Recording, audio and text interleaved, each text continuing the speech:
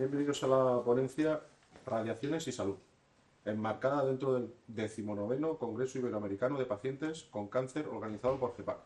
En esta ocasión contamos con la presencia de la doctora Esther Angulo Payne, especialista en radiofísica hospitalaria en el Hospital Universitario Puerta de Mar, Cádiz, y vocal de la Junta Directiva de la Sociedad Española de Protección Radiológica, que será la encargada de ofrecer esta sesión. Vale, muchas gracias. Bueno, pues comenzamos la charla. Voy a intentar ser escueta, pero como somos tan poquitos, me podéis interrumpir y hacer cualquier pregunta que queráis. Vengo a contaros acerca de que prácticamente desde que se descubrieron los rayos X, en 1895, ya se vio prácticamente al poco tiempo la posible aplicación de ese invento, ¿no? ¿Por qué? Porque tenía efectos sobre la piel, sobre todo, ¿no? Pero claro, al poco tiempo se dieron cuenta los propios científicos que esos rayos X que le llamaron X porque no sabían lo que eran, pues producía efectos además más dañinos, con lo cual pues hubo un poco de precaución, sobre todo en los científicos de aquel entonces, ¿no?, para protegerse de esa radiación. Nosotros tenemos, como las radiaciones son completamente desconocidas porque es algo que no se ve y no se percibe en la naturaleza, pues lo desconocemos, ni que existen, ¿no? Pero solo es cuando ocurren eventos graves que nos alarman, ¿no?, y nos angustian, ¿no?, cuando hay accidentes pues tipo nucleares, ¿no?, y hablan de radiaciones. Entonces lo metemos todo en un mismo paquete y pues a veces nos genera miedo o inseguridad, ¿no? Y bueno, pues por eso estoy yo aquí, pues para hablaros un poquito de las radiaciones. Ya me han presentado, pero mi nombre es Esther Angulo, soy radiofísica hospitalaria y me dedico al uso seguro de las radiaciones ionizantes en la medicina. En mi charla, ¿de qué vais? Pues bueno, pues quiero explicaros un poquito qué es lo que es la radiación. Cuando hablamos de radiación, ¿de qué estamos hablando? ¿Qué es lo que es? A lo mejor la señora quiere entrar. No quiere entrar, bueno. ¿Quiere usted pasar? Estaba buscando, buenas tardes, estaba buscando al compañero que ha dicho que era la 302 o 303. Puede estar en fisioterapia, a lo mejor. Esto es radiodiagnóstico. Voy a mirar, si no me dedico para nada. Nada, muy bien. Gracias. Nada. Bueno, contaros un poquito en qué consisten las radiaciones, qué efectos tienen esas radiaciones, cómo nos podemos proteger de ellas y bueno, para qué utilizamos las radiaciones concretamente en la medicina y cómo podemos hacer un uso seguro de esas radiaciones. Bueno, la radiación son partículas o ondas electromagnéticas. Las ondas electromagnéticas sabéis lo que es, ¿no?, porque conocéis las ondas de radio, las ondas de televisión, ¿no? Pues son unas ondas electromagnéticas, lo que hacen es transmitir energía de un sitio a otro, sin un medio material. Pero también hay partículas que viajan de un sitio a otro transmitiendo energía, por ejemplo, las que nos vienen provenientes del Sol, de las reacciones nucleares que tienen lugar en el Sol, salen partículas y llegan a la Tierra. La Tierra pues está protegida pues por la atmósfera, hay una capa magnética que hace que se desvíen esas partículas, que son las que provocan las auroras boreales. Entonces producen un efecto y se ven, ¿no? Entonces, perdón, ¿la radiación con partículas proviene solo de fenómenos meteorológicos naturales o también puede derivarse a través de instrumentales? Sí, a través de instrumentos. Las partículas, ahora os cuento qué tipo de partículas, ¿vale?, que son las consideradas como radiaciones. Pero esas radiaciones forman parte de nuestra propia naturaleza, ¿eh? Y nos irradian continuamente, igual que al respirar pues inhalamos también elementos que no son CO2, a lo mejor que puede haber por la calle, o elementos que no nos gustarían, pues las radiaciones también están presentes en la naturaleza y bueno, pues nos atraviesan, nos depositan energía y demás, ¿no? ¿De dónde provienen? Provienen de la radiación cósmica, que es lo que yo os he explicado, del universo, de toda la naturaleza incluso desconocida que existe en el universo. Pues nos llegan partículas a la Tierra, ¿no? Y de los elementos de la naturaleza, porque los elementos de la naturaleza hay algunos elementos que son inestables. Tienen, no sé si sabéis que están formados los elementos por átomos y los átomos tienen unos núcleos y una corteza, los electrones. Pues hay núcleos que tienen tal cantidad de energía que son inestables y lo que liberan esa energía al exterior. ¿Cómo? Pues en forma de partículas o en forma de radiación electromagnética. Y eso es lo que conocemos como radiactividad. O sea, la distribución de la exposición de un ser humano en la Tierra, pues ya os digo, provienen de esos elementos que son radiactivos y que están en la naturaleza, pues por ejemplo en los suelos, en los propios alimentos, radiación cósmica y las personas que viajan mucho en avión, los pilotos están considerados profesionalmente expuestos porque viajan mucho a unas alturas que no les protege la atmósfera, obviamente los astronautas, ¿no? Y luego proveniente del radón recibimos mucha cantidad de radiación, depende de la zona en la que vivamos y de los materiales de construcción, pero el radón proviene de elementos de la construcción que produce como una especie de gas y ese gas al inhalarlo pues deposita como mucha energía y mucha cantidad de radiación en las personas, ¿no? Ahora recientemente pues se aprueba en las últimas directivas europeas, hay un especial interés en contemplar esta radiación, ¿no? Porque se está viendo que pues, produce efectos a la larga, ¿no? Entonces hay pues en España un plan nacional contra el radón, ¿no? Para vigilar zonas donde se sabe que existe mucha cantidad o trabajos que son subterráneos que hay que controlar esa inhalación, ¿no? Y bueno, por último, ahí tengo yo las radiaciones artificiales, que en su mayoría vienen de las radiaciones que recibimos de medicina. ¿Vale? De las fuentes naturales, pues, ¿qué cantidad de radiación de fondo es lo que se le llama radiación de fondo? Recibimos todas las personas nada más que por estar viviendo en la Tierra. Pues una cantidad que en promedio se estima que son 2,4 milisievert años. El milisievert es la unidad que mide la cantidad de dosis de radiación que se ha depositado en el organismo. ¿De acuerdo? Y luego, fuentes artificiales, en promedio, claro, unas personas reciben más por sus enfermedades y otras reciben menos, pero en promedio por fuentes artificiales hay 0,65 milisievert al año. Con lo cual, pues veis la proporción, que es que recibimos mucha cantidad de radiación sin darnos cuenta, ¿no? Eso no nos lo contaban. ¿Qué ratio respecto a esta situación estándar sería el peligroso? Ahora tengo yo una diapo también para contarlo.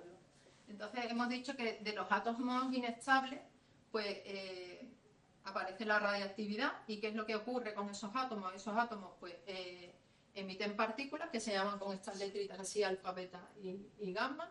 La gamma es la radiación electromagnética, la alfa son 2 protones y 2 neutrones, una partícula bastante pesada, y los betas son partículas que son electrones, pero que salen del núcleo, protones o electrones. Entonces, pues, ¿qué ocurre? Que estos elementos que son radiactivos se convierten en otros que pueden seguir siendo radiactivos o ya ser estables. ¿De acuerdo? ¿Qué diferencian unos elementos de otros? Pues el tiempo que tardan en emitir radiación. Hay elementos que si tú tienes, por ejemplo, 100 átomos, en muy poco tiempo 50 átomos han dejado de ser radiactivos. Y sin embargo otros que tardan miles de años en dejar de ser radiactivos. Un ejemplo que os pongo muy claro es el carbono 14. El carbono forma parte de nuestro organismo, ¿no? Pues una proporción es carbono 14. Por lo cual nosotros tenemos átomos que emiten también radiación al exterior. El rado 22 lo he puesto porque al emitir partícula alfa es el que es peligroso, que es gaseoso, y al incorporarlo al organismo es peligroso porque esa radiación alfa se deposita en el interior del cuerpo humano. Y como curiosidad, el yodo 131, que se utiliza para los tratamientos de cáncer de tiroides. O sea que nosotros, por un lado, son malas las radiaciones, pero por otro lado las utilizamos para curar, ¿no? ¿Qué diferencia hay entre los distintos tipos de radiaciones? Pues unos van a depositar la energía más rápidamente conforme interacciona con la materia, y otros las depositan más lentamente, no interacciona tanto con la materia. Por ejemplo, la radiación alfa es una partícula, son partículas muy pesadas y depositan toda su energía muy rápidamente, con lo cual es muy fácil de atenuar o protegernos de ella. Si yo tuviera aquí un emisor alfa, yo nada más que con la separación del aire ya no me llega la radiación. Las partículas beta son más pequeñitas, pero también interaccionan mucho. O sea, con un papel mismamente somos capaces de... lo atraviesa, pero con una lámina pequeñita de aluminio o con un espacio un poquito mayor en distancia, también la frenamos. Luego la radiación gamma o los rayos X, la radiación electromagnética, como no hay partículas, sino es una onda electromagnética, cuesta muchísimo más trabajo de frenar y tenemos que utilizar pues espesores de hormigón. Dependiendo de la energía de esa onda electromagnética, que sea mayor o menor, pues así va a ser el espesor más grande. ¿Hasta qué punto pueden ser los espesores? Pues os puedo decir 1,5 metros, 2 metros de hormigón armado para frenar la radiación que se produce dentro de un acelerador lineal de tratamiento. Bueno, ahí tenéis lo de las ondas electromagnéticas, que las puede haber de muchísimas energías: la radio, la televisión, el microondas, la luz visible. Y ya cuando llegamos por aquí, a partir de una determinada energía, ya se les considera radiaciones ionizantes. ¿Por qué? Pues bueno, muy sencillo, porque van a producir ionizaciones. ¿Qué es una ionización? Es que en los átomos, que son estables, cuando llega una energía de esa radiación, tiene tal cantidad de energía que son capaces de sacar electrones y producir iones, transformar lo que es un átomo en un ion. ¿Qué consecuencia tiene esto? Bueno, pues hay dos consecuencias principales.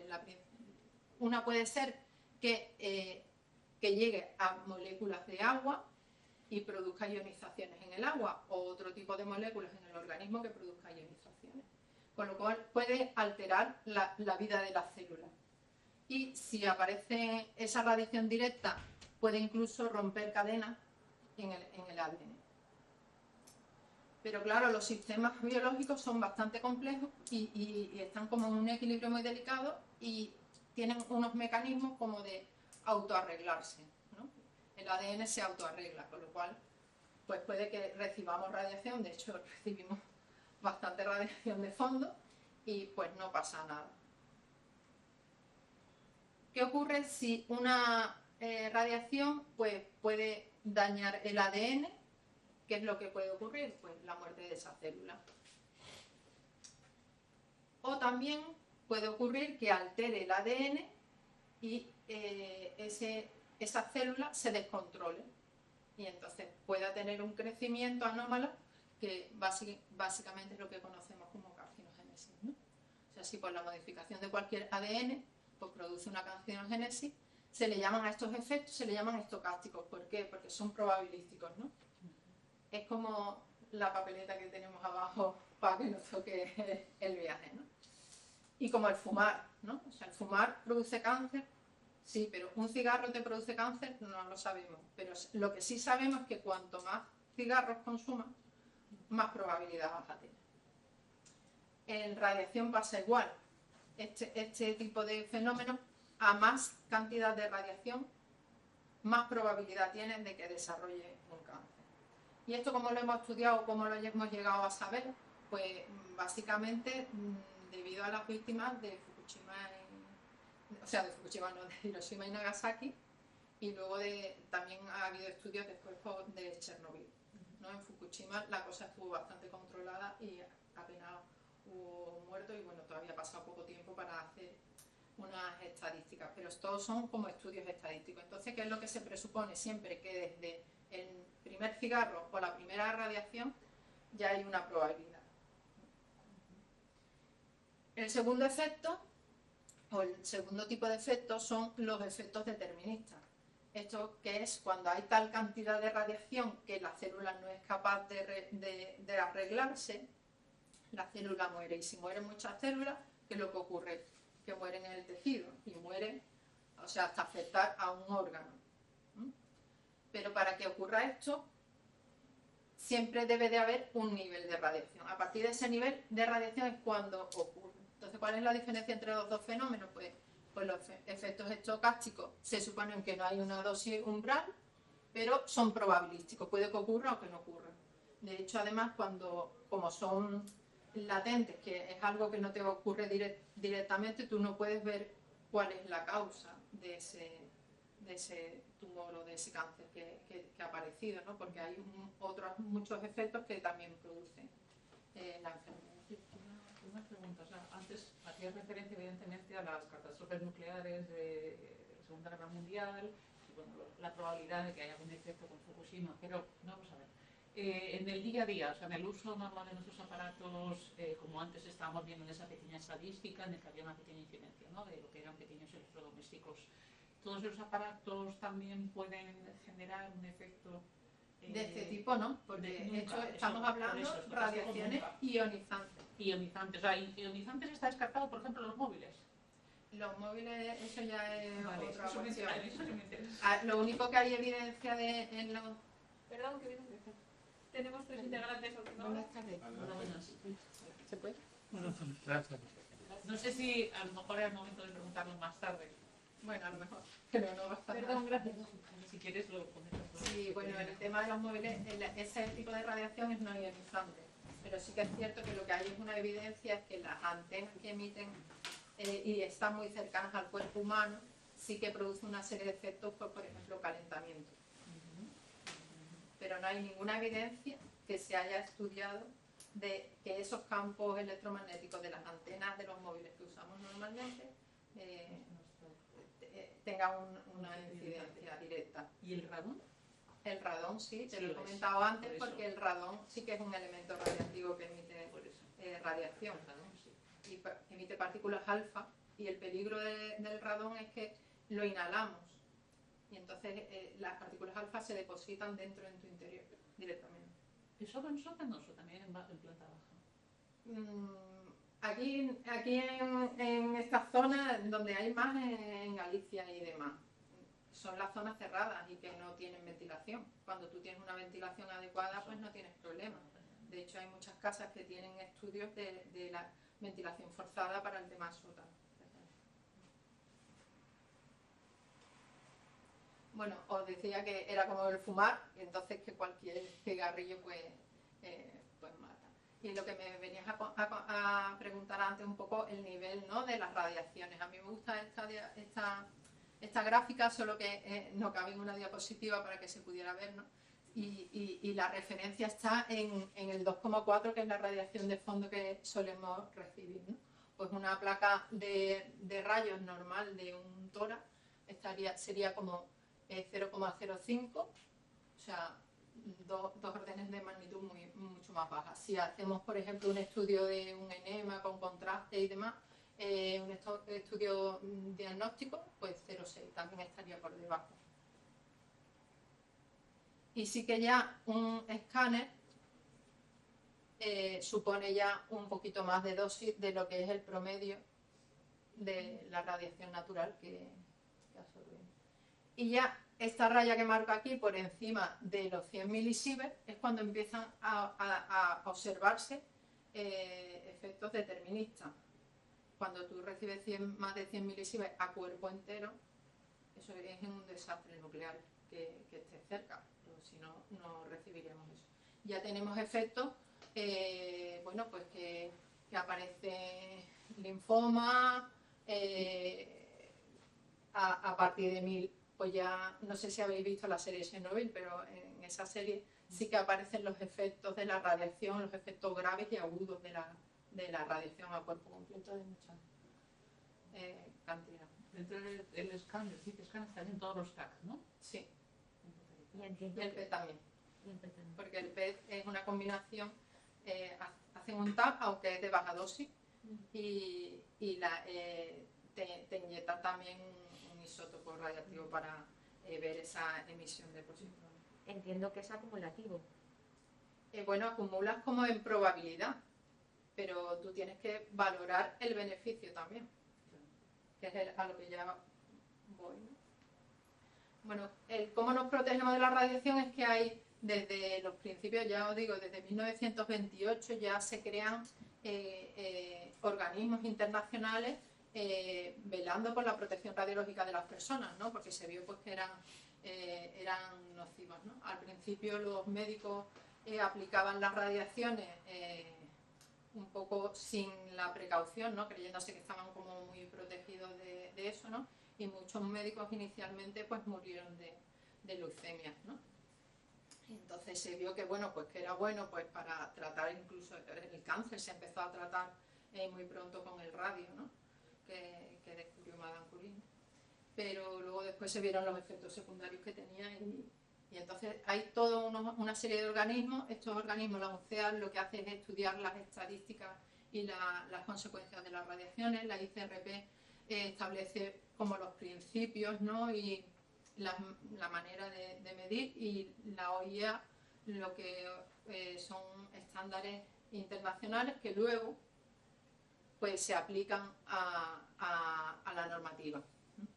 Entonces los principios de protección radiológica son 3 principios fundamentales en los que se basa: la justificación del uso de la radiación, la optimización de la protección y la limitación de la dosis.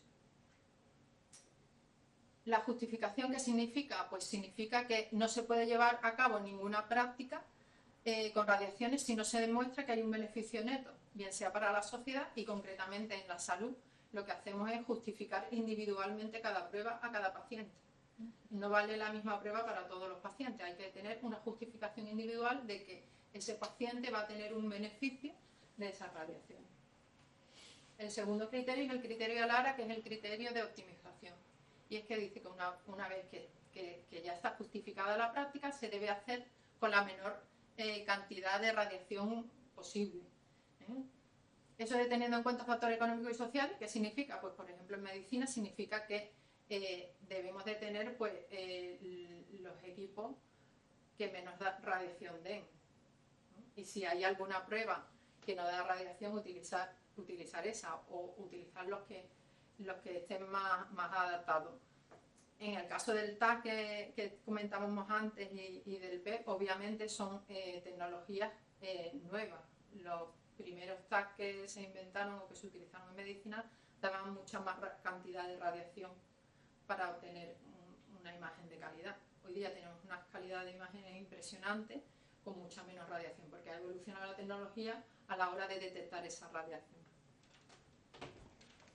Perdón, ¿puedo pasar? Sí, claro, adelante. Perdón. Y el último principio es el de limitación de la dosis. Y esta limitación de la dosis es para los profesionales y el público en general, de manera que si tenemos unas instalaciones radiactivas o con radiaciones, tenemos que controlar y vigilar que tanto los profesionales que allí trabajan como el público en general no asumen un riesgo superior al que asumimos en nuestra vida diaria, ¿no? Con las radiaciones de fondo. ¿Y qué es lo que ocurre? Que no aplica a pacientes. ¿Por qué? Porque si aplicáramos un límite a pacientes, lo que estaríamos es limitando su capacidad de disponer de una atención sanitaria adecuada. Es decir, que se valora más el beneficio, tanto diagnóstico como terapéutico, más que los posibles efectos que pudieran tener a largo. Entonces, los objetivos de la protección radiológica son pues prevenir los efectos que son los efectos deterministas, es decir, los que estaban por encima de ese nivel de dosis, y limitar los efectos estocásticos al máximo, o sea, reducir las dosis de radiación lo mínimo necesario, ¿no? Y ahí está la diapositiva que tú querías, ¿no? A partir de los 100 es cuando tenemos aquí un nivel ya de aparecer efectos muy, muy graves, y a partir de aquí son efectos para la salud que, bueno, hacia abajo no son detectables y hacia arriba pues pueden aparecer. Pueden aparecer, pues no sé, eritemas, pueden aparecer dependiendo del nivel de dosis que se haya recibido, ¿no? Hasta llegar a la necrosis de la piel, por ejemplo, ¿no? Ahí en esa dosis de fondo, hasta no llegar a ese límite, si por ejemplo te hacen una prueba, esto está contemplado en tiempo, o sea, ¿de cuánto tiempo estaríamos hablando? Quiero decir, ¿un año, un mes, 10 años? No, tú acumulas la probabilidad. Pero bueno, el tiempo que sea. El tiempo que sea. obviamente si esa radiación la recibas en el mismo sitio, sí que puede llegar a efectos deterministas. Los efectos deterministas pues puede ser en medicina, se ve muy poco. En medicina donde únicamente se ven efectos deterministas es en radioterapia, que se puede ver un enrojecimiento de la piel o un eritema, ¿eh? Y bueno, el matar las células cancerígenas, que es lo que se pretende con la radioterapia, ¿no? Ese efecto es un efecto de la dosis que estamos dando de radiación y es precisamente el que queremos, ¿no? No queremos que haya eritema, no queremos que haya, pues si pilla órganos de riesgo, pues no sé, como la médula, que es el más significativo, pues eso se respetan para que no lleguen al límite de dosis que pudiera producirles un efecto. Entonces, por ejemplo, no sé, a lo mejor que estoy viendo, que te hagan un TAC al mes, por ejemplo, de un año, o sea, eso sería muchísimo, porque estás sumando Sí. En poco tiempo muchísima cantidad, ¿no? Sí, Entiendo. pero depende para qué va a ser Claro. ese TAC. Claro. Porque a lo mejor un TAC anual de control para ver la evolución de tu enfermedad y asegurar de que si se reproduce o aparece por algún pequeño sitio, lo pillas a tiempo, no es significativo. Claro, pero por ejemplo, yo en mi caso, no sé, es que en 6 meses, por ejemplo, tengo más de, o sea, me sale una media más de una exposición al mes, por ejemplo, porque son varios órganos a los que hay que controlar, tal. Entonces, yo digo, bueno, pues si existiría, digamos, un límite, por ejemplo, en un año para sumatorio, que digas, bueno, hasta aquí la cosa. Hombre, lo que siempre se intenta es aprovechar de que si tú tienes una prueba, que sirva para todo. Pero no siempre. No siempre sirve. Por otra parte,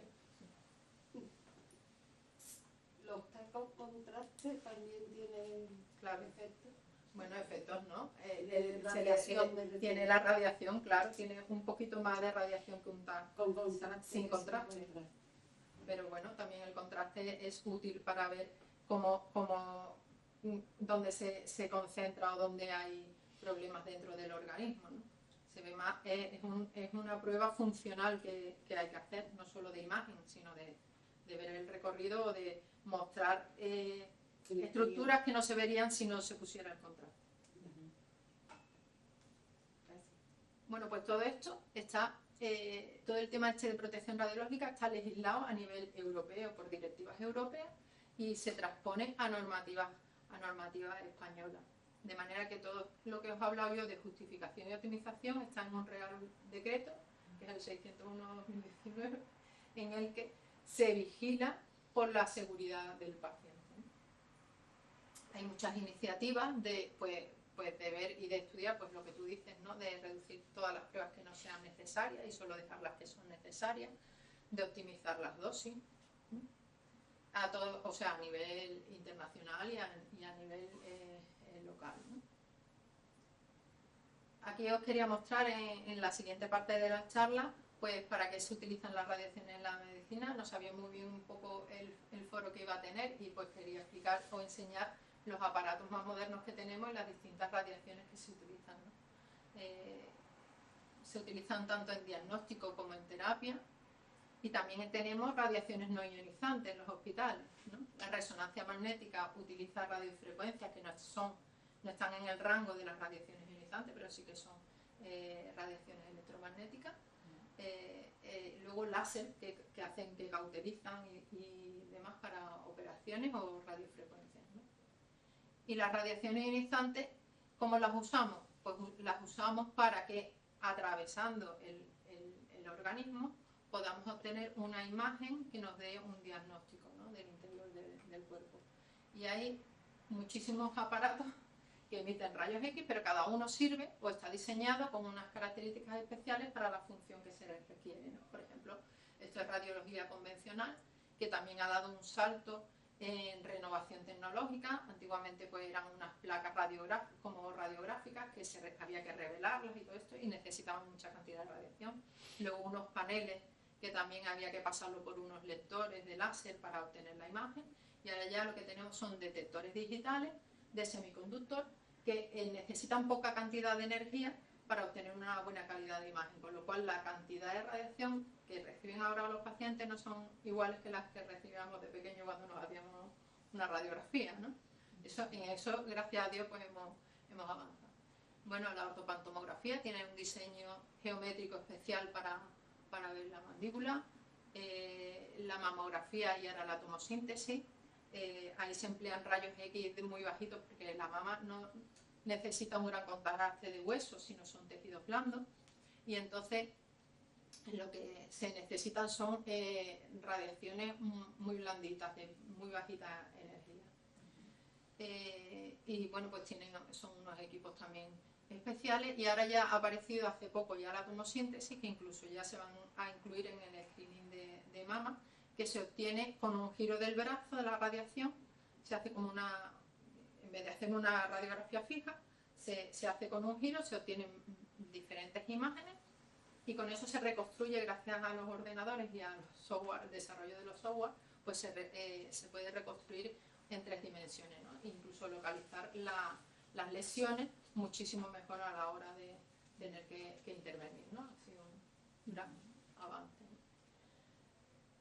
Los arcos que se utilizan en la cirugía dentro de los propios quirófanos, y donde están los profesionales allí con sus blindajes puestos para protegerse, pero son muy útiles pues, a la hora de introducir los tornillos, las prótesis, etc. La tomografía computerizada, que antes le llamábamos TAC, porque eran axiales, ahora ya no, allá los equipos hacen como una especie de hélice muy rápida, y el software es capaz de reconstruir en 3 dimensiones. Incluso ahora ya tenemos equipos que tienen energía dual o son espectrales, le llaman el TAC espectral.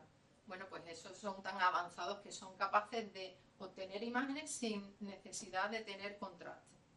Entonces, para algunos estudios específicos, son muy específicos esos TAC y están ahora mismo un poco en desarrollo, pero por ejemplo en Andalucía sí que hay ya 4 o 5, ¿no? Son como el top de gama, y bueno, con eso pues se está viendo para qué indicaciones son mejores.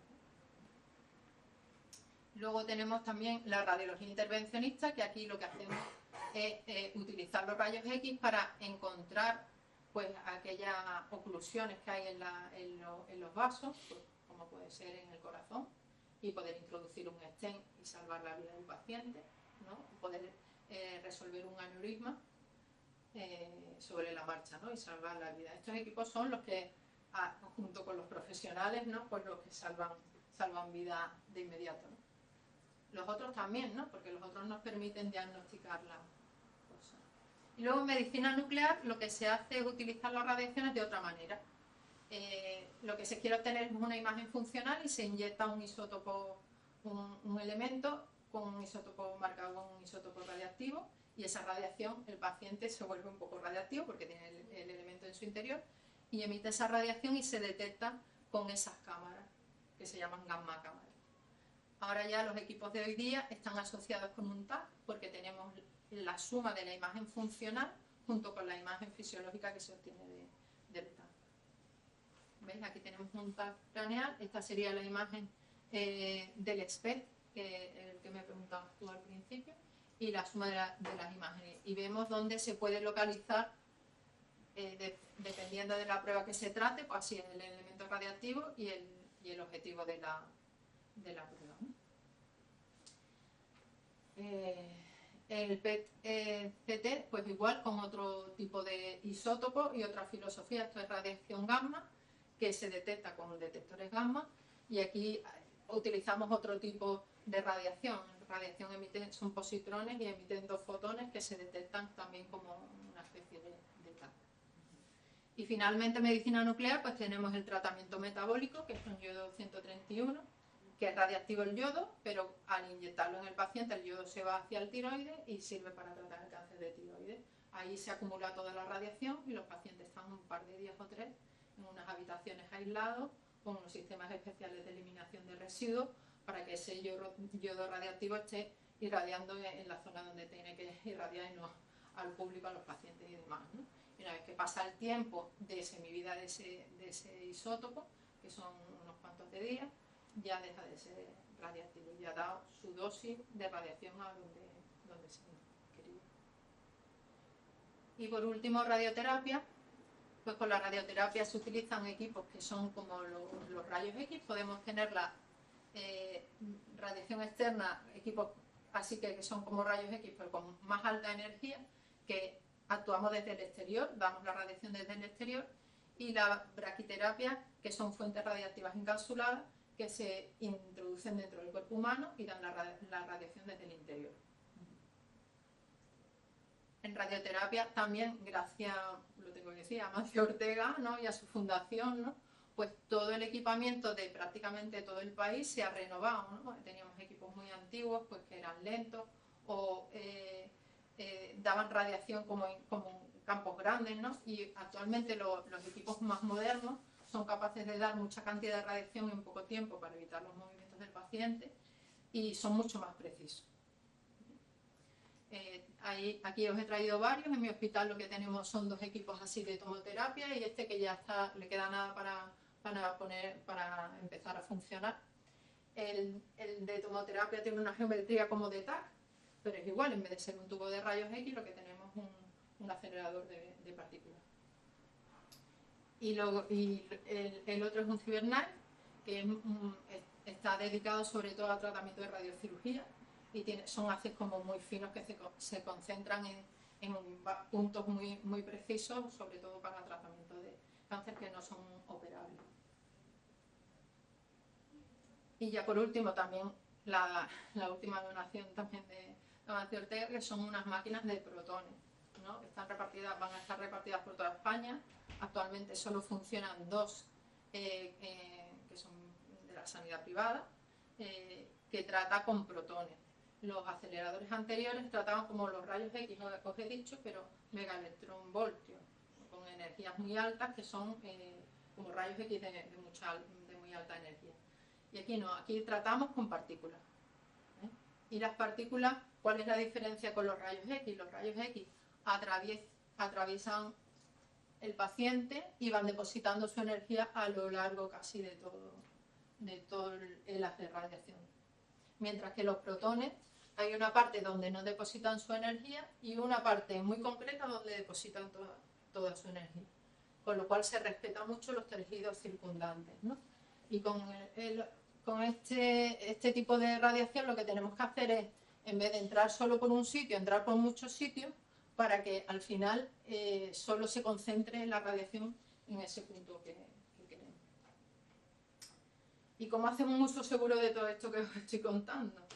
Bueno, pues ahí voy a vender ya mi libro, ¿no? Pues el objetivo de estas charlas básicamente era transmitir que hay profesionales cualificados detrás de todo este montaje, de todo este uso de radiaciones en medicina.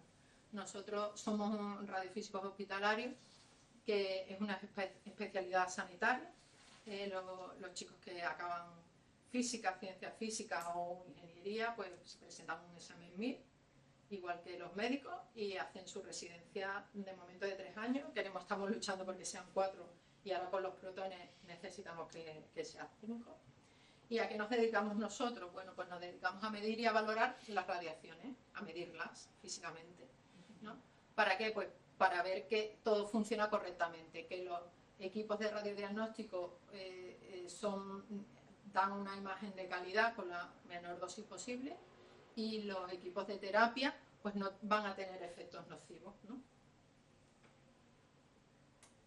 ¿Qué hacemos? Aseguramos el funcionamiento de estos equipos, aseguramos la calidad de los procedimientos, o sea, que participamos directamente en los procesos asistenciales y fomentamos también la cultura de seguridad, además de dar formación, ¿no? ¿Cómo aseguramos el funcionamiento? Bueno, pues con una cantidad de instrumentación, ¿no?, para medir la radiación. Cada equipo pues emite una radiación diferente, con lo cual tenemos que tener equipos para todo, ¿no? Para medir TAC, para medir rayos X, para ver, usamos muchos maniquí para ver las calidades de imagen y valorarla objetivamente, y luego pues subjetivamente con la ayuda de los profesionales, de los médicos. En los aceleradores, ¿cómo medimos esas radiaciones? Pues la medimos con unas cubas de agua y unos detectores. Tenemos que hacer miles y miles de curvas y de medidas para poner en marcha un acelerador. O sea, podemos estar midiendo aproximadamente de 1 a 3 meses en función de los turnos. ¿Por qué? Porque nos tenemos que asegurar, cada acelerador es independiente, tenemos que asegurar la radiación en todos los puntos del espacio a la salida de la. ¿Para qué? Para meterlo, introducirlo dentro de unos sistemas de planificación para simular los tratamientos de los pacientes. Y luego en los equipos que se hace un control de calidad. Diariamente medimos los aceleradores para ver que están que funcionan perfectamente y antes de empezar los tratamientos. Mensualmente pues se hacen unas pruebas pues, más exhaustivas para ver que no hemos perdido la referencia inicial que habíamos medido inicialmente, ¿no? Y ahí tenéis a mis 3 residentes, porque esa es una tomo descubierta, ¿no? O sea, veis la complejidad de los equipos que cuando dicen se ha estropeado la máquina otra vez o no funciona o está en revisión, pues primero las revisiones son para asegurar que el tratamiento se va a dar con toda la seguridad, con toda la calidad del mundo, y segundo porque son equipos súper complejos que si se va cualquier manguito o cualquier, ya el propio equipo pues para y hay que avisar al servicio técnico del mismo. En los procedimientos diagnósticos pues siempre estamos detrás o velamos por la justificación de las pruebas, ¿no? Muchas veces los sistemas no están ideados o pensados para hacer una justificación o aprovechar al máximo de todas las pruebas, ¿no? Y bueno, pues ahí estamos dando un poco siempre las indicaciones, ¿no? A todos los niveles, ¿no? Medimos las radiaciones que han recibido los pacientes, como a través de indicadores que se van almacenando, porque claro, estos equipos modernos ya emiten informes de la cantidad de radiación que se da, ¿no?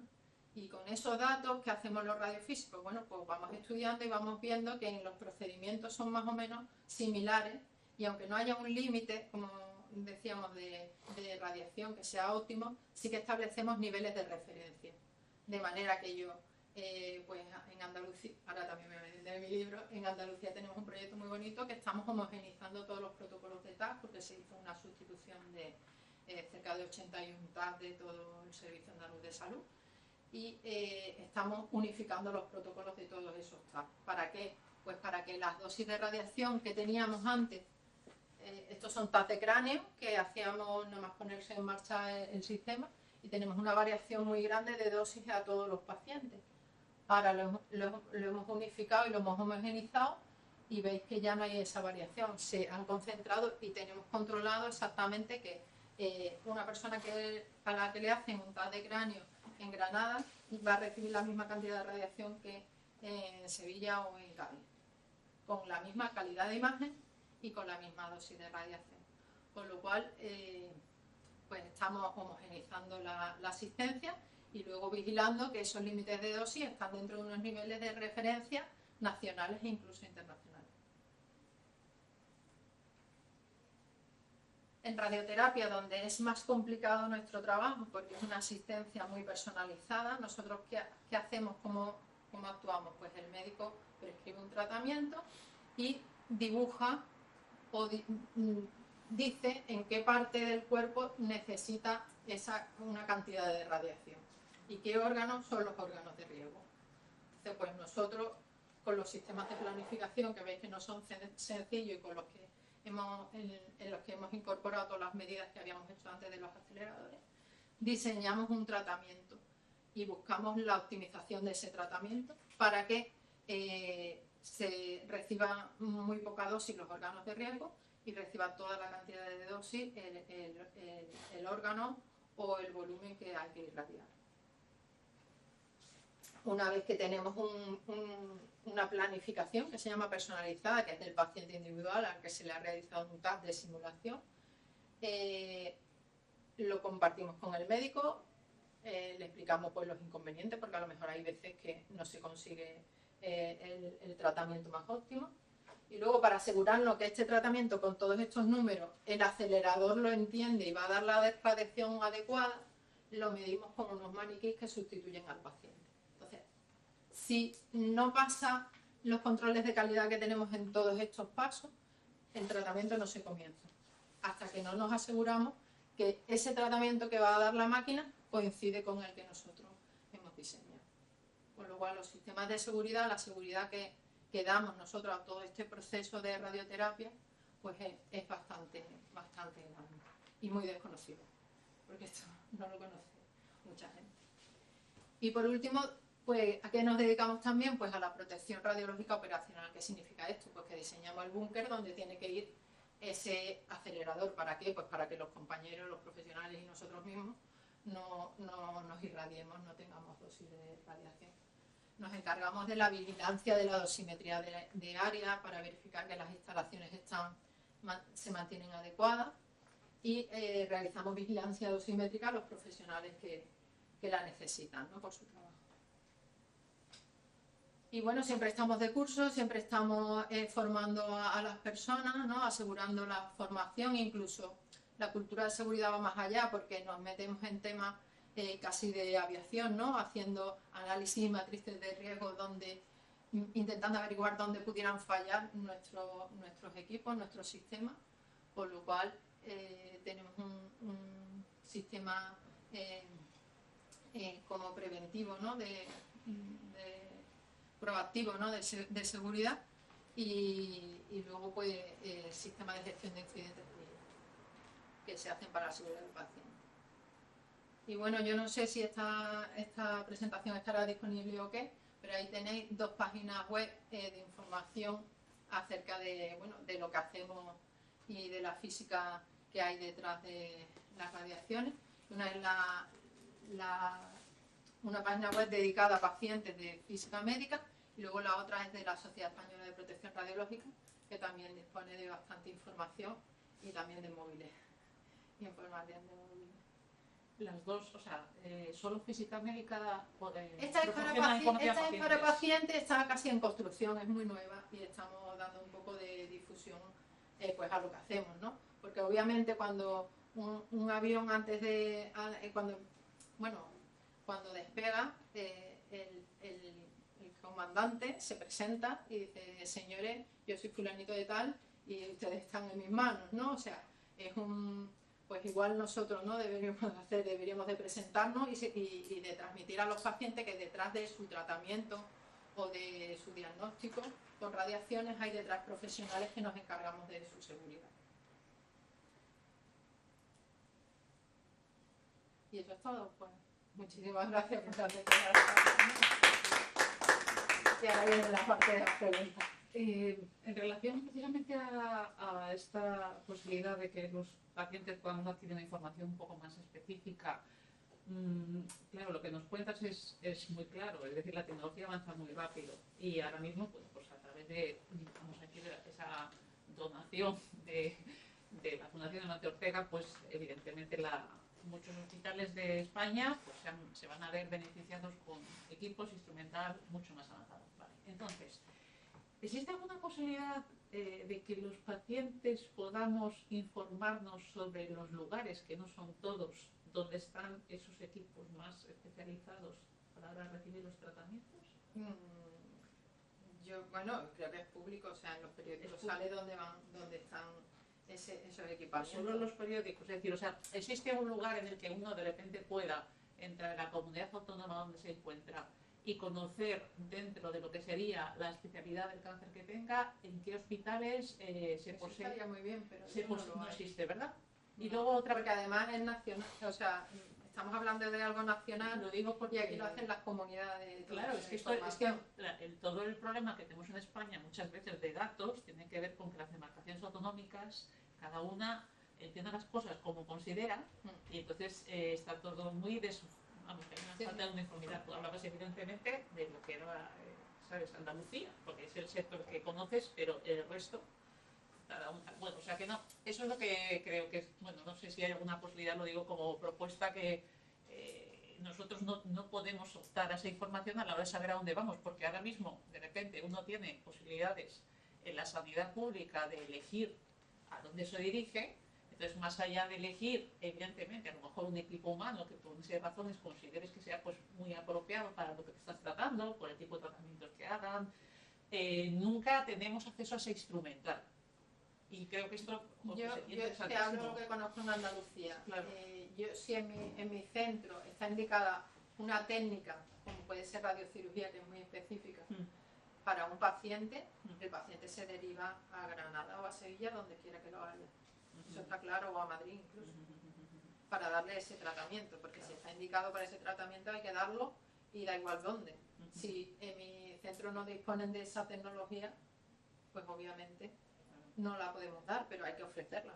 Entonces, aunque solo haya, lo que pasa es que no es para todas las patologías. Claro. Entonces no es rentable tener una máquina de esas características en todos sitios. No puede ser. Si no, no es inviable, ¿no? Entonces a lo mejor en Andalucía pues tiene que haber 1 o 2 centros que se dediquen especialmente a eso, ¿no? Y el Yo creo que el problema no es dónde está la máquina concreta. El problema está, según lo veo yo, que es yo paciente, si necesito ir a un determinado sitio porque está esa máquina que a mí me va a venir bien, que me manden allí, coste lo que cueste. Claro. Y si en mi comunidad autónoma no está esa máquina, por lo que sea, pero bueno, sabiendo que está en España y me van a llevar allí, a mí me daría igual que estuviese en un lado o que estuviese en otro. Porque al fin y al cabo es un dinero y que creo que todas las comunidades a lo mejor no lo pueden tener, creo. Pero el reparto, por ejemplo, de protonterapia sí que ha sido creo que lo más equitativo entre comunidades y áreas geográficas. Porque no solo son comunidades, son áreas geográficas, ¿no? Que están muy separadas una de otra. Igual que hay sitios específicos del corazón, Claro. y enseguida te cogen un helicóptero y te llevan a la Fe de Valencia o te llevan a donde sea y te tratan de lo que tengan. Entonces yo creo que para eso... Pero la información nunca está de más. Sí, para la información. Claro, es que yo lo digo a nivel, por ejemplo, de todo lo que tomamos desde el punto de vista toxicológico, productos químicos, generalmente sí que uno es bastante informado y los procedimientos autorizas a recibir esas sustancias. Pero yo hasta la fecha no he firmado nada que tenga que ver con, por ejemplo, instrumental. O sea, eso no pasa por... No formamos parte, es normal porque nosotros no tenemos una especialización. Pero la parte informativa, yo creo que ahí, no sé, sería por lo menos interesante tener algún acceso. Luego quería preguntarte también si hay algún tipo, a ver, voy a intentar explicar, hablando un poco de efectivamente todos los efectos que tendrían que ver con la reacción que recibimos a la hora de estar sometidos a un conjunto de pruebas. Entiendo que todo eso lo puede valorar una persona siempre y cuando esa persona, especialista médico, tenga toda esa información, pero a veces eso no es así. Muchas veces no es así. Diría que la mayoría de las veces no es así. Porque claro, de repente una cosa es que uno esté en un determinado tratamiento, luego otra cosa es que tengas una serie de consultas de especialidades en las que esas pruebas sean pruebas típicas o estandarizadas en lo que sería una evaluación normal, y luego que puntualmente otro tipo de cosas. Y si encima ahí juntamos un escenario de sanidad pública y privada, es imposible que toda esa información esté concentrada en una persona. Entonces, nosotros como pacientes tenemos algún tipo de herramienta, tipo aplicación, web, sistema, no sé, de gestión de datos, en el que podamos incorporar todas las pruebas que nos hacemos y tengamos una evaluación. Hay algunas páginas web de eso, ¿Sí? que son calculadoras. Eso Y es, lo que te una dan es calculadora. como una probabilidad de lo que yo te digo, aumento, Eso es. aumento, Sí, porque siempre vamos a tener probabilidad de tener cáncer, sí, sí. aumento de la probabilidad de tener cáncer. Y tú puedes meterle todas las pruebas y te da Sí. una estadística. Ay, ¿Qué es eso lo que es muy pasa? Que los niveles, os voy a explicar, los niveles son tan bajitos de radiación que no hay evidencia científica. Es mayor las incertidumbres de esas medidas que la medida en sí. Entonces te dan unas estimaciones y te dan unos números que te los puedes creer o no creer, porque no está basado científicamente en nada. Los únicos datos que os digo son los más recientes de Chernobyl, y son cantidades de radiación mucho más altas y a cuerpo completo. Entonces es muy difícil sumar una radiografía de un pie que te ha hecho de pequeño con una mamografía que te haces de adulta, que con un TAC. Y entonces, ¿qué es lo que se supone? Que como se supone que cualquier radiación va a producir algo, y en cuanto menos, mejor. O sea, que cuanto menos radiación haya, pero si es necesaria por una enfermedad, pues habrá que asumir ese riesgo. Trato de explicar lo que tengo en mi cabeza. Más allá de poder medir eso de forma estricta y tener esa conciencia, Yo creo que sí. sí, yo lo que quiero preguntar es, imaginemos que uno está sometido a un determinado tratamiento, como es el caso de cáncer, en el que tienes que pasar por una radioterapia, y entonces esto forma parte del tratamiento y esto es así, y esto es a lo que uno da prioridad.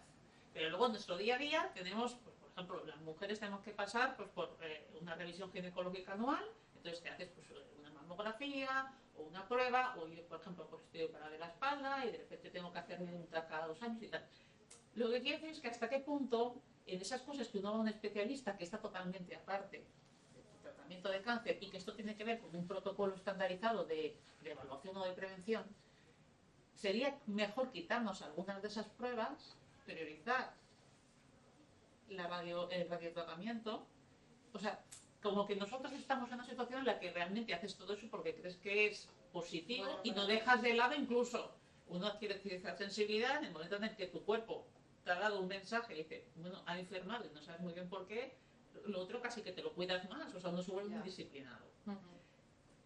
¿Hasta qué punto eso lo tenemos que seguir haciendo así? No pasa nada, o hay pruebas que a lo mejor no está mal quitárselas de encima porque si uno no tiene ninguna problemática acusada, pues a lo mejor dices, oye, pues ¿para qué te vas a hacer el TAC de la espalda cada año? A lo mejor hay que hacerlo cada 2 años o cada 3, no lo sé. Es un poco mi duda. ¿Esto cómo se puede...?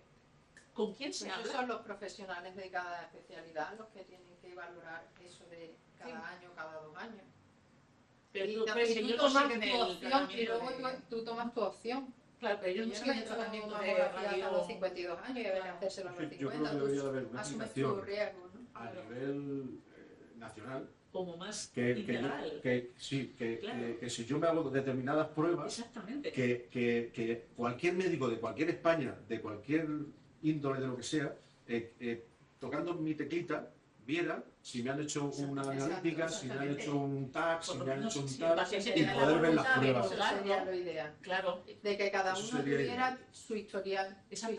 No simétrico, que bueno, que también, pero tu historial de prueba y que tú tuvieras, Pero que ya que somos digitales, ¿no? Pero ya Quiero que somos recordar hace digitales tiempo que había podríamos una tener cada aplicación, uno pero nuestro creo que Claro, historial yo clínico. me refería a, o sea, creo que se enlaza mucho con lo que se está comentando, que si, por ejemplo, el profesional médico, el profesional que en ese momento, es decir, tuvieran un sumatorio anual, por ejemplo, de pruebas, y que por lo menos el profesional sí dijera, pues mira, como ya llevas tantas, pues vamos a esperar, por ejemplo, otro año más, o no, porque resulta que va en beneficio tuyo saberlo ahora, por ejemplo. Pero digamos, Claro, pero la cantidad de un radiación contador. no tiene que influir en la decisión del médico.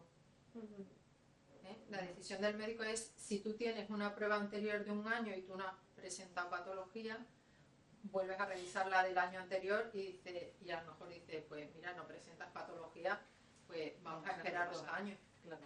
Es que esa sería la justificación individual para eso. Claro. Otra cosa sería que tú, si te vas a otro profesional que no tiene esa prueba, porque no está en tu historial clínico, sino que está en la clínica privada de no sé qué, pues que hubiera un sistema, yo no entiendo lo que dice ella, un sistema que cada uno tuviera su historial clínico. Entonces tú le enseñas tu prueba, oye, mira, es que me he hecho esta prueba hace un mes y yo creo que no tengo que hacerme otra. pero incluso, quiero decir, Y entonces haces partícipe también al paciente de su propio proceso. Y se habla. Pero incluso en exactamente. la Que no misma es decir, prueba, mira, es que lleva ya Pero 50 está grays. probado en No, algún sitio vamos a ver, yo creo que tu proceso Yo creo que sí. necesita otro diagnóstico. Claro. Entonces, te Pero recomiendo que si te yo hagas la necesito prueba. dos profesionales, dos pruebas diferentes, pero están orgánicamente muy juntas, pues quizás a lo mejor aprovechar una Claro, única claro. prueba Una única para prueba hacer para la hacerte las otra. dos. Claro. Porque a mí me está pasando, o sea, que Claro. por partes tal, Sí. y luego, Sí. Claro. Sí. Yo, por ejemplo, claro, repito. Pero que- es que en sí, Madrid, que el hospital clínico y el de Gregorio Marañón no comparten datos. Claro, pero eso ya es un problema. Mira, como Eso- ahora Esto estamos... es kafkiano. Es lo que nos pasa siempre, Digo que esto- que no sé si es política o qué leches es. Pero ¿cómo está Porque tan no voy a echar la culpa a sectorizada nadie, esa pero- información de la sanidad pública? Es que Sí. no estoy hablando de público y privado. Estoy hablando de que yo me voy a hacer el otro día una colonoscopia al clínico y ¿por qué vienes aquí? Digo, pues porque es mi Porque hospital porque es mi hospital de referencia. Y dice, pero si te están tratando el Gregorio Marañón, digo, no, es que yo he pedido ahí una derivación para el tema de tal, porque Entonces, encima es como que dices, oye, es que yo no tengo la culpa. Y de claro, es que no tenemos aquí tu historial. Digo, no te preocupes, te lo he traído impreso al completo. Pero, o sea, tengo que ir persiguiendo a la gente y luego... En Andalucía yo voy a presumir de mi tierra, o sea, Pues porque claro, además conozco a los profesionales que han puesto en marcha el sistema, ¿no? O sea, hace mucho tiempo, pues hubo una persona, un informático, que dijo, no, esto hay que hacerlo así, y montó un sistema, un PACS, que se llama PACS corporativo, que es donde van todas las imágenes radiológicas. Eso Es un sistema, cuando Andalucía, 8 millones hay otro especialista claro, que lo pueda ver. 8 millones de personas integradas en un mismo sistema. Pero eso es porque, ¿sabes lo que Entonces, pasa? Que cada uno rema para un lado. aunque estén en un Y como sitio, cada tú uno puedes rema para un lado, solicitar pues el ver voy a mi eso. interés. Aunque Si no todo el tú mundo no remara estés hacia en el tu mismo, ordenador, mismo que el quiero decir, paciente, pues habría una aplicación. Aquí ahora tenemos la que historia eso digital, existiría, que también porque eso va, existe. o sea, es Porque eso existe, única hay prácticamente. metodologías para eso. Aquí no. Y Madrid es más Pues, pequeño, hombre, eso Hombre, es... no sé, pero yo creo que, bueno, lo digo Yo creo que es porque por eso. hay que elevarlo, ¿no? Esto a la asociación, Sí, o sea, Pero que ellos me parece tienen muy tienen bueno. historia digital. Mira, Sí, también era Pero ya no por el complicado, cáncer, claro. sino por cualquier otra enfermedad, cáncer y cualquiera. profesionales, es Yo- interesantísimo. No, a mí me ha llegado a decir, sí, yo puedo entrar con mis claves, pero tarda mucho. Digo, pues muy bien. Yo en la Comunidad Valenciana hay una aplicación que se llama GVA, pero yo, paciente, me meto a mi historial y no puedo ver nada. Pues ahora en Andalucía tenemos Y no Clisa, puedo ver nada, ni me puedo ver la el analítica, ni siguiente proyecto puedo ver nada. Clisa no Imagino, sabe claro. nada. Para saber qué día tengo la cita del en estas dos médico. cosas, Sí. sí. Yo creo Porque que en sí. Clisalud, con el móvil, tú Sí. lo mismo pidas cita para el médico, que bueno, será la semana que viene o el mes que viene, pero bueno.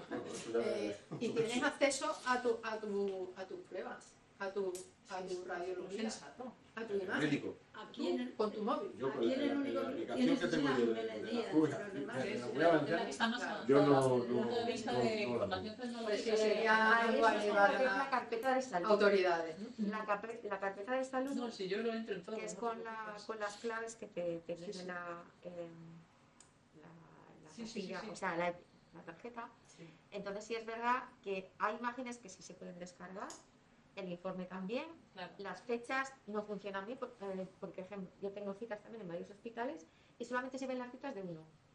O sea, ahí el sistema se vuelve medio loco y solamente te da acceso a uno. Ya. Sí. Y las imágenes no todas se cargan. Sí, eso es. Entonces, claro, ese es un problema. Eso lo tendría- Pero eso los lo tendría que hospitales, trabajar muy insisto, bien. no tienen- o sea, yo me quedé ayer descompuesta y digo, pero ¿cómo es posible que desde el clínico no tengan acceso a nada de lo que Sí. sucede en el duerma? Eso lo tendría que trabajar muy bien, muy bien. No, pero además tampoco tienen ni historias digitalizadas en muchos hospitales. Siguen aquí Bueno, en Madrid, tienen la historia en papel todavía. En papel, o sea, en papel. Tienen la historia en papel. Año o sea, 2024 estamos así, lo que Sí. No está. Eso es una cosa a mejorar vamos, A nivel general. a nivel general. Bueno, muchas Muchísimas gracias a vosotros. Gracias a ti. gracias.